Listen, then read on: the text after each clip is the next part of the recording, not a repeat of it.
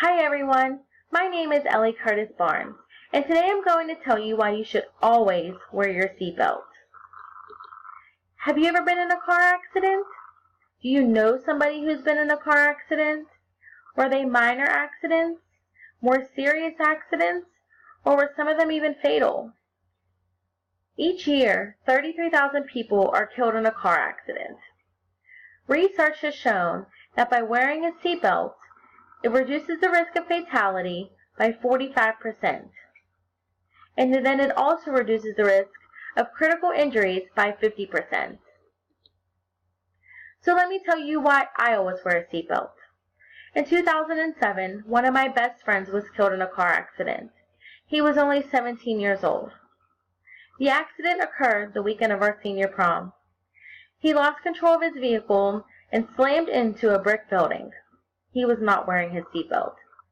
He went through the windshield and hit his head off the building. The doctors at Children's Hospital believed that he had brain damage from on impact. In 2013, I was also in a car accident, but fortunately for myself, I was wearing a seatbelt that day. The emergency personnel on the scene that day said that if I was not wearing a seatbelt, I probably would have went through the windshield myself and would have had much more serious injuries. There are two different seatbelt laws in place. There's a primary seatbelt law and a secondary seatbelt law. The primary seatbelt law allows law enforcement officers to pull a driver or a passenger over if they see them not wearing their seatbelt. This is shown to increase the uses of seatbelts and decrease the amount of injuries and fatalities. The secondary seatbelt law requires another traffic violation to be in place for a law enforcement officer to ticket someone for not wearing their seatbelt. There is only one state in the United States that has no seatbelt laws in place, and that is the state of New Hampshire. So what do you think Pennsylvania falls under? Well, unfortunately, Pennsylvania is only a secondary seatbelt law. Wearing a seatbelt is life or death. Motor vehicle accidents are the leading cause of death among those ages from 1 to 54. A total of 22,441 people died in a motor vehicle accident in the year 2015. More than half of the adults in those accidents were not wearing a seatbelt at the time. Seatbelts are saving nearly 300,000 lives per year.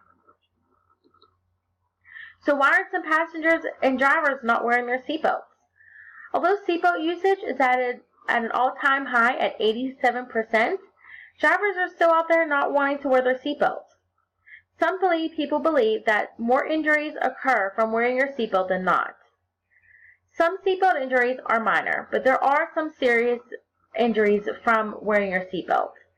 Some more serious injuries are due to incorrect placement of the seatbelt, and those that are caused are internal bleeding, abdominal injuries, and spinal cord injuries. So with all the evidence provided, will you or will you not wear your seatbelt? According to eSurance, most car accidents take place within 25 miles of your home, so there is no excuses on why you shouldn't wear your seatbelt, even if it's just for a short trip. And another startling fact, Pennsylvania has the most fatal accidents by region, with 1,211 fatal accidents in the year 2012.